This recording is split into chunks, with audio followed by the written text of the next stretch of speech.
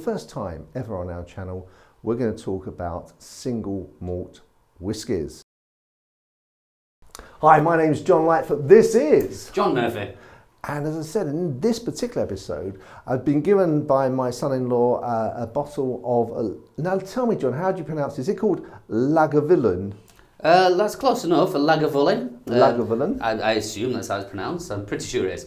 He said, why don't you just give this a taste on your channel and see what you think about it. Now, I'm sort of not really into whiskey, but more because actually I've just not got round to tasting it. And so this would be a really real experience. I'm with you, the beginner.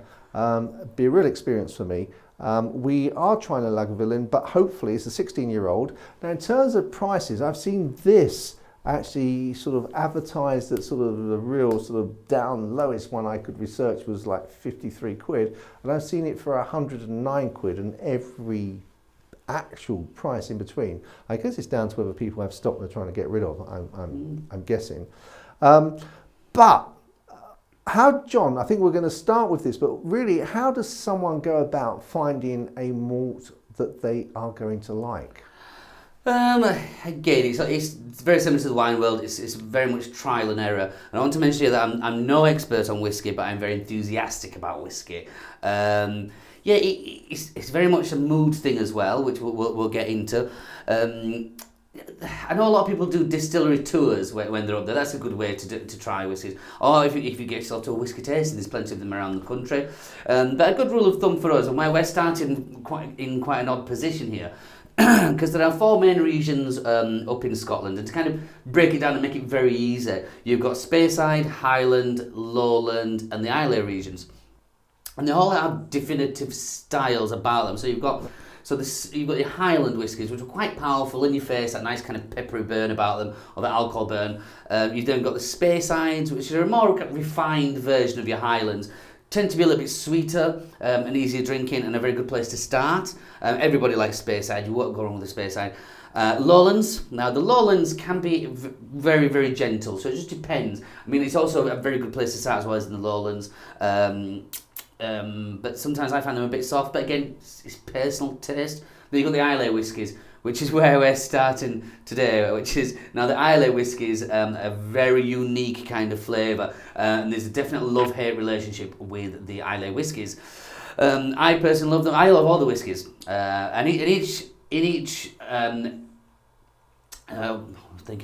place there are different distilleries they've got, and they can vary quite a lot within that region as well. So it is, again, a bit of trial and error, but there are some basics about it. So we are starting on the Lagavulin 16-year-old. Now, this is very brave if you're starting on this, John, because the Lagavulin almost has a cult following, especially 16-year-old. It's a well-known whiskey, but it is massive, is this one.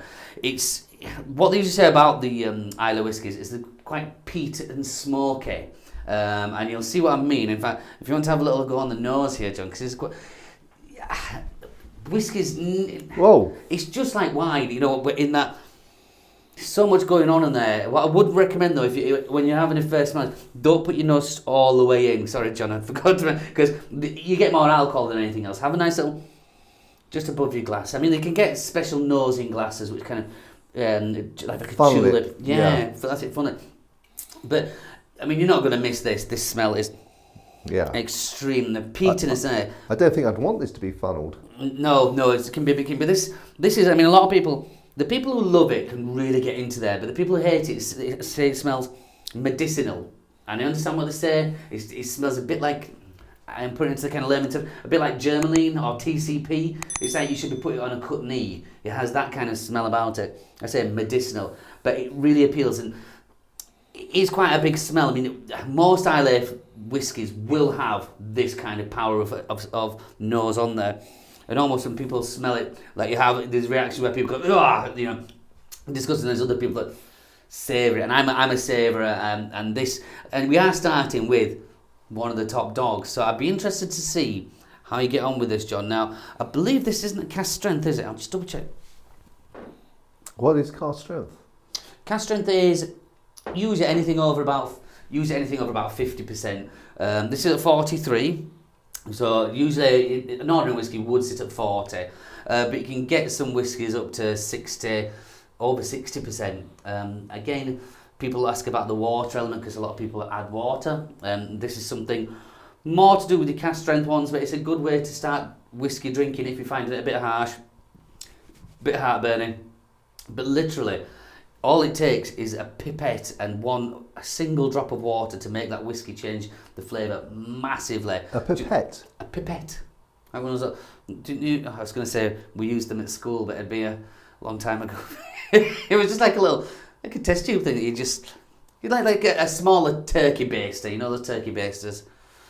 It's just a drop of water anyway, so just really a drop of water just takes away all that alcohol burn, and so you can pull more flavours, because a lot of the time the alcohol can mask the flavours. Now, I'm going to have a little taste of this, John, because this is, I find, delicious. Okay.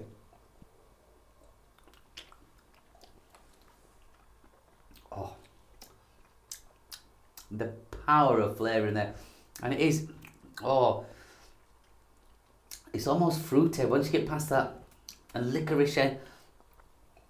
It changes a lot, doesn't it? So from beginning, when you first put it in the mouth to, it goes through about 3 different stages. There are, and there's that kind of warming bit as well. You can feel it on like tickling under your gums, and then the thing I do love about whiskey is, again, that versatility, how many different styles there are, and I love it when I feel it touch my soul, you know, and you do literally feel it touch your soul.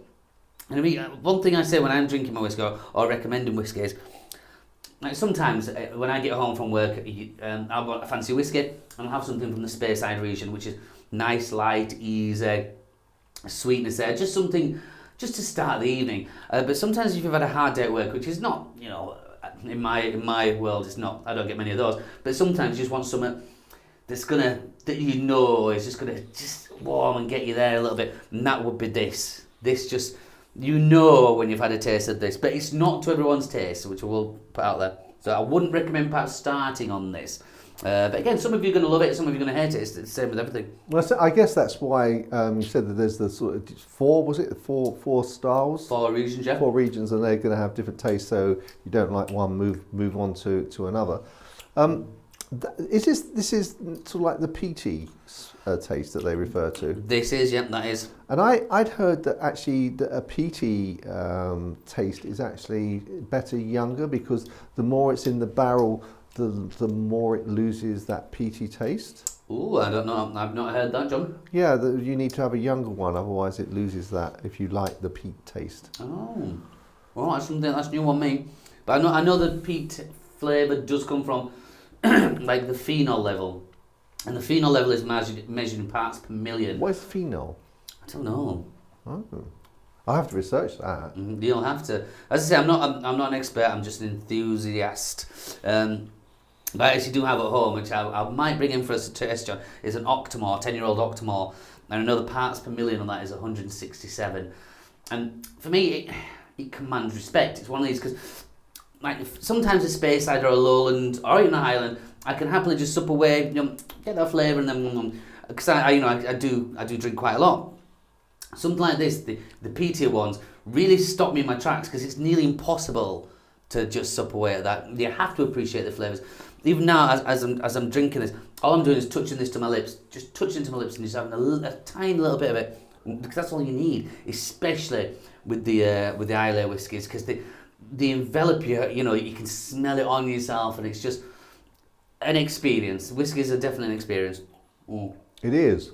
And I think you're right in terms of going to distilleries. I've been to a couple, and there's always that, a bit like going to a vineyard, there's always that attachment. Yeah. Once you've been there and you've listened to the story, you tend to fully appreciate the taste. For me, I really enjoyed that. I mean, if this is supposed to be a really strong one, then bring it on. It is. Obviously, I wouldn't want to sort of take a whole big mouthful, but just sipping it is enough, and the taste sort of. Almost sort of like, it doesn't just go boom and make your eyes water, but it just sort of gently sort of explodes into your mouth, but in a very slow manner. It's very warming. There's a lovely taste. It is a lovely, and as you said before, it changes as well.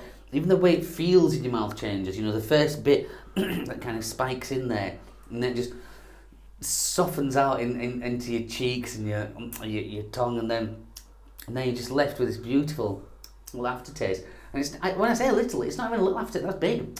Yeah, absolutely, yeah. And it's not something, it's not something you're going to drink half a bottle of, or you shouldn't be doing. No, but I don't think you need to, do you? I mean, if you're going to, you're in it to be merry, then maybe you should just go for vodka. But if you're in it to taste, then this has got definitely low. So John, we're talking about water and we're talking about ice. If someone's beginning their journey, would you suggest they add water? Would you suggest they add ice? Yeah, well, I'd always suggest trying it first without the ice or the water. And again, if it's too harsh on the alcohol side, the alcohol burns getting you too much, try just having smaller sips, having a little bit, so you're just getting the flavours in there. But a block of ice, I mean, a lot of people, this definitely splits the room. There's a lot of people who would never have water. Lots of people do have it with the ice or the water. Personally, it depends on the whiskey. For me, something like this, I wouldn't put ice in there, but I like that flavour. But if you're starting off on your whiskey journey, then perhaps it is better to put that block of ice in. As I say, it'll just take away the alcohol burning and you get more of the flavour.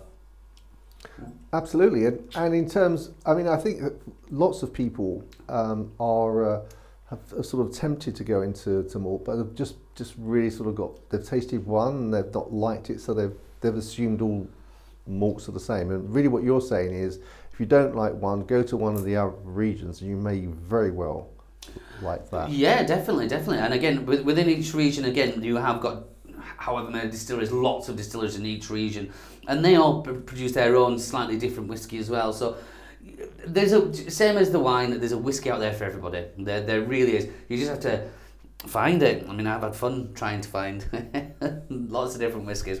Well, I do enjoy a good nip of whiskey.